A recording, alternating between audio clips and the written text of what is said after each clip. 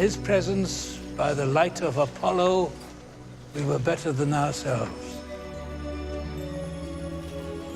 Truly, I've known many great men in my life, but only one Colossus.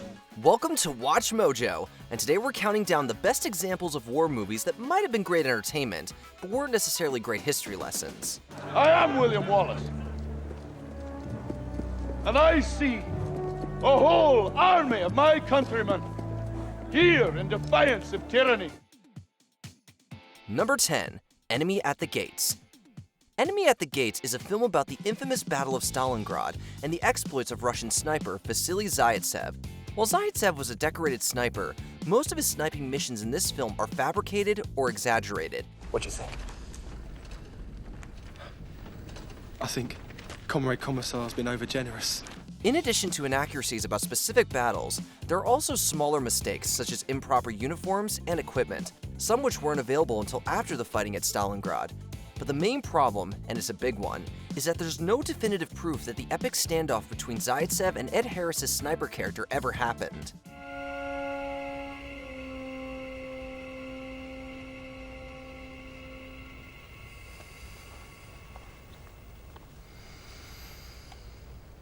Number 9, Battle of the Bulge. The Battle of the Bulge was a pivotal event in the European theater during World War II. The cinematic version of this crucial battle chooses instead to simplify and rearrange the timeline for entertainment purposes. Even the opening narration is off in terms of British and American troop positions and chain of command.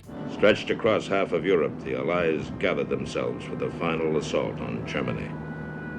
To the north stood Montgomery's 8th Army. To the south, Patton's 3rd. In the center, along an 88-mile front, a few battle-weary American divisions rested in a quiet sector. The multitude of plot condensations and fictionalized elements even attracted the ire of U.S. officials, including the former Supreme Commander of the Allied Expeditionary Force. You know you've messed up when General and former President Dwight Eisenhower himself criticizes your film at almost every level. While the movie has a stellar cast, it doesn't offer up any great insights about the key offensive. They've abandoned their tanks, and they're walking back to Germany. Number 8, Red Tails. The story of the Tuskegee Airmen should be in the history books right next to the more popular events of World War II. Red Tails attempts to bring that tale to life, but fails to nail the finer details of the group's struggles. The use of Negroes in the Army Air Corps may yet be halted. A report has been forwarded calling the performance by Negro pilots unsatisfactory. The narrative presents a generalized view of the squadron and even asserts false claims about their records. According to the movie, no bombers were lost during their operations in the war. This assertion, and other decisions, including a lackluster examination of segregation, are Hollywood failings. This is a whites-only officers' club. You're off the reservation, pal. Other reviewers took offense to the film's lack of representation of African-American women, criticizing the movie for not delving further into the personal lives of the central characters. Number 7, U-571. The plot of this World War II film revolves around a US Navy operation to steal an Enigma machine from a German U-boat. No matter how entertaining it might be, U-571 is basically a fantasy. History shows that British forces had already gone to the trouble of securing the prized device before America had even been attacked at Pearl Harbor. An Enigma code machine. It allows the German Navy to communicate with its submarines in secret. And our inability to decipher their messages is costing us this war.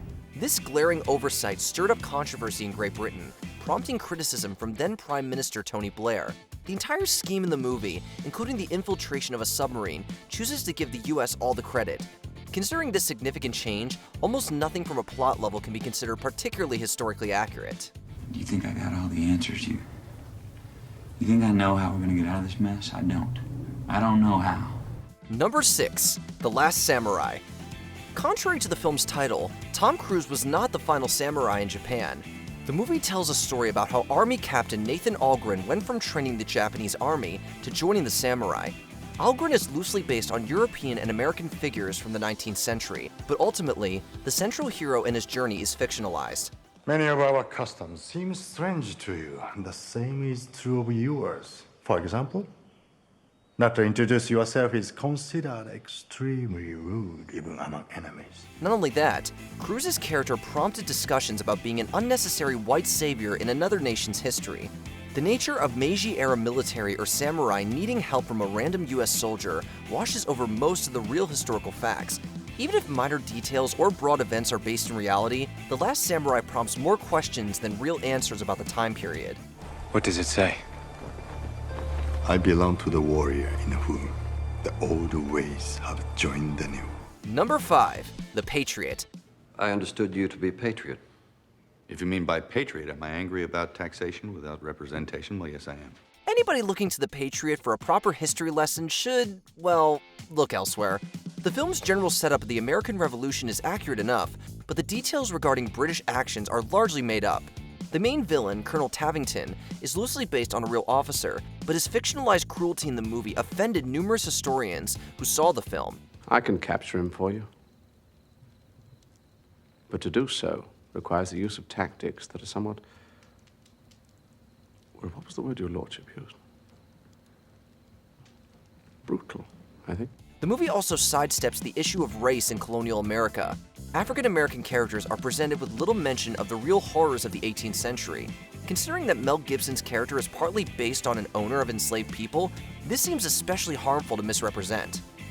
Number 4. The Great Escape. Among the most classic World War II tales of the 1960s, The Great Escape has been a crowd-pleasing mainstay for decades. The main plot concerns a real breakout from a POW camp. Spearheaded by Royal Air Force leaders, the plan to dig a tunnel to freedom is also based in reality. But certain characters surrounding the action are made up or exaggerated for the film. It's going to be a bit tricky, Danny.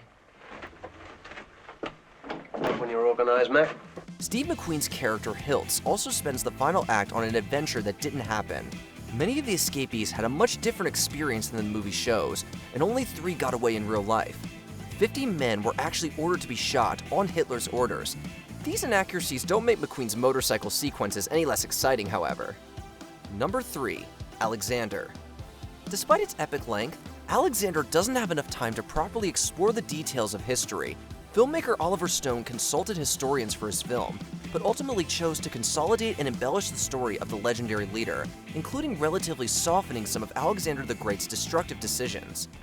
You've all honored your country and your ancestors. And now we come to this most distant place in Asia. The ruler's various conquests weren't shown in full, leaving out his brutal tactics at places like Persepolis. Many other aspects of the controversial figure's life were deleted or altered for the movie, including the Gorian Knot story. Ultimately, the changes to the timeline and Alexander's character didn't sit well with many experts. Of course you have fears. We all have fears. Because no one has ever gone this far before. Number 2. Pearl Harbor.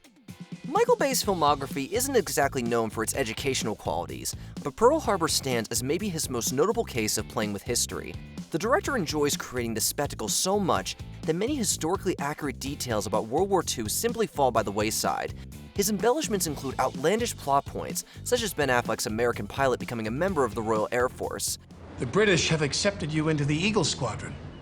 You're on your way to England tomorrow if you still want to go. There are also plenty of inaccuracies regarding the technical aspects of the military equipment used in the film, as well as the actions of the Japanese pilots during the attack. This list could go on and on. You know, Jack, we may lose this battle, but we're going to win this war. You know how I know? No. Them. Because they're rare. Before we unveil our top pick, here are a few dishonorable mentions. Windtalkers. John Woo movie fails to honor the Navajo Code Talkers. Coordinates! 220. Mike.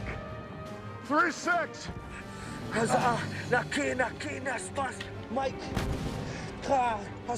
The Monuments Men sensationalizes the recovery of stolen art. You've all been selected by myself and Lieutenant Jeffries here because we're going to need your knowledge and we're going to need your skill. We have been tasked to find and protect buildings, monuments, and art. Flyboys shifts historical facts and undermines the truth of World War I aviation.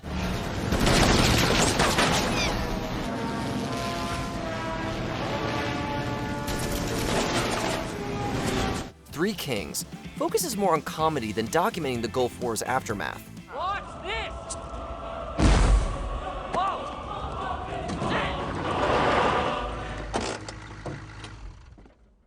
What was that?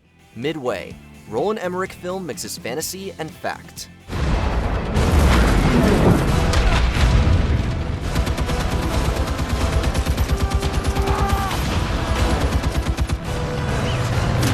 Before we continue, be sure to subscribe to our channel and ring the bell to get notified about our latest videos. You have the option to be notified for occasional videos or all of them. If you're on your phone, make sure you go into your settings and switch on notifications.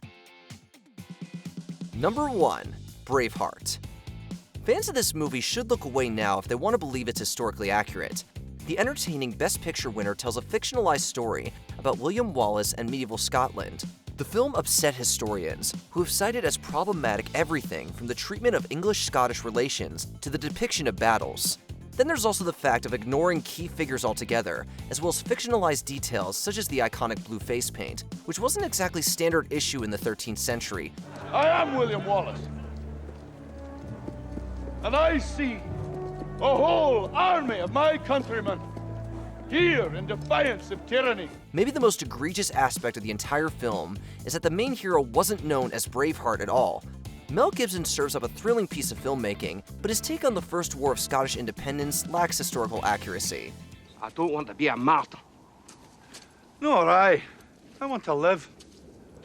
I want a home and children and peace. Do you? I do. I've asked God for those things. It's all for nothing if you don't have freedom. Did we forget a notable case of a war movie getting history wrong? Let us know in the comments. We got no orders, Lieutenant. Yeah, well, I'm giving the orders. Did you enjoy this video? Check out these other clips from WatchMojo, and be sure to subscribe and ring the bell to be notified about our latest videos.